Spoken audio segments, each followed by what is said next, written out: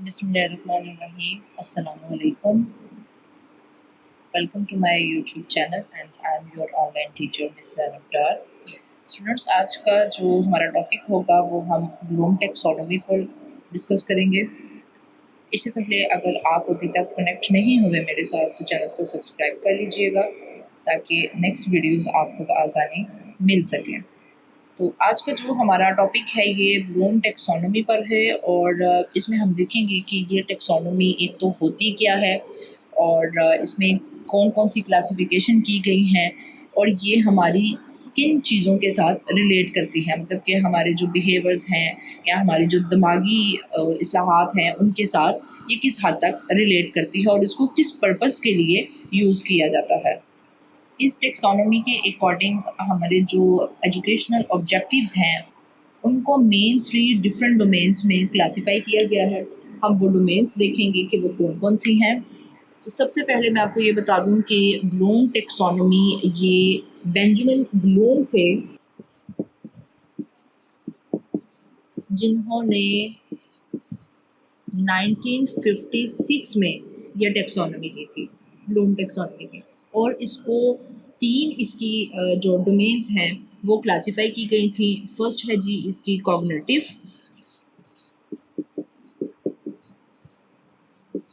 Second है affective और third है सेंसरी डोमेन, जिसका अब मॉडर्निज्म में नेम चेंज होकर तो ये बन गई थी साइकोमोटर। ये मेन 3 डोमेन्स हैं, cognitive, affective and psychomotor domain, जिसमें ब्लूम टेक्सोनोमी को क्लासिफाई किया गया है। कॉग्निटिव ये हमारे दिमाग के साथ इसका ताल्लुक़ है, अफेक्टिव का हमारे जो बिहेवियर है उसके साथ इसका ताल्लुक़ है, और साइकोमोटर्स का ताल्लुक़ जो हमारे एक्शंस होते हैं उनके साथ आ जाता है। लेकिन आज का जो हमारा टॉपिक है उसमें हम जस्ट कॉग्निटिव डोमेन इसको डिस्कस करेंगे कि इसके कौन कौन से लेवल्स हैं। इसको बेसिकली इन तीनों डोमेन्स को हायरार्की में क्लासिफाई किया गया है, मतलब इस तरह से कि लोएस्ट लेवल वो हाईएस्ट लेवल की तरफ चला जाता है। तो आज हम सिर्फ कॉग्निटिव डोमेन को डिस्कस करेंगे। ये हायरार्की है जो लोएस्ट लेवल से स्टार्ट होती है, knowledge, comprehension, application, analysis, synthesis and evaluation. ये सबसे नॉलेज इसका लोएस्ट लेवल है और इवैल्यूएशन इसका हाईएस्ट लेवल है। इसको कॉग्निटिव डोमेन को बेंजामिन ब्लूम ने 1956 में प्रेजेंट किया था। नॉलेज लेवल ये रिलेट करता है स्टूडेंट्स को जो बिल्कुल आपका बेसिक लेवल होता है, जिसमें सिर्फ आपको, जैसे कि ये पेन है तो आपको ये पता चल जाता है कि ये पेन है, मतलब चीज़ों के बारे में आपको कोई ना कोई इन्फॉर्मेशन होने शुरू हो जाती है।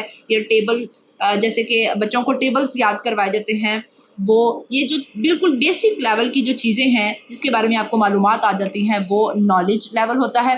फिर उसके बाद जब आपको एक नॉलेज मिल गया एक चीज़ के बारे में, जैसे कि ये पेन है तो अब इस पेन का काम क्या है, आप इस पेन से क्या काम ले सकते हैं, जब ये चीज़ आपको समझ आ जाती है तो वो आपका कॉम्प्रिहेंशन लेवल होता है। यहाँ पर सिर्फ आपको मालूमात मिलेंगी, यहाँ पर आपको चीज़ों की समझ आनी शुरू हो जाती है। फिर उसके बाद आ जाता है जी एप्लीकेशन लेवल।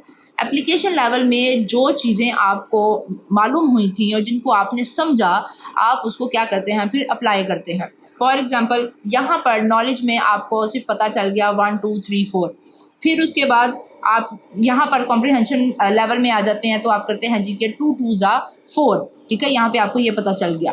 फिर उसके बाद जब आप पेपर में बैठते हैं, आप पेपर जब देने लगते हैं तो आपको जब प्लस माइनस के जो क्वेश्चंस होते हैं वो आपको दिए जाते हैं करने के लिए कि अब आपने इस जो आपका नॉलेज था अब आपने उसको क्या करना है, अप्लाई करना है। तो आप क्या करेंगे, एप्लीकेशन लेवल में यहाँ पर फिर चीज़ों को अप्लाई कर देते हैं। यहाँ पे आपको पता चल जाता है कि ये प्लस का क्वेश्चन है, ये माइनस का क्वेश्चन है, ये मल्टीप्लाई का क्वेश्चन है, तो वो फिर आप उस लिहाज से अपना पेपर को अटैम्प्ट करते हैं।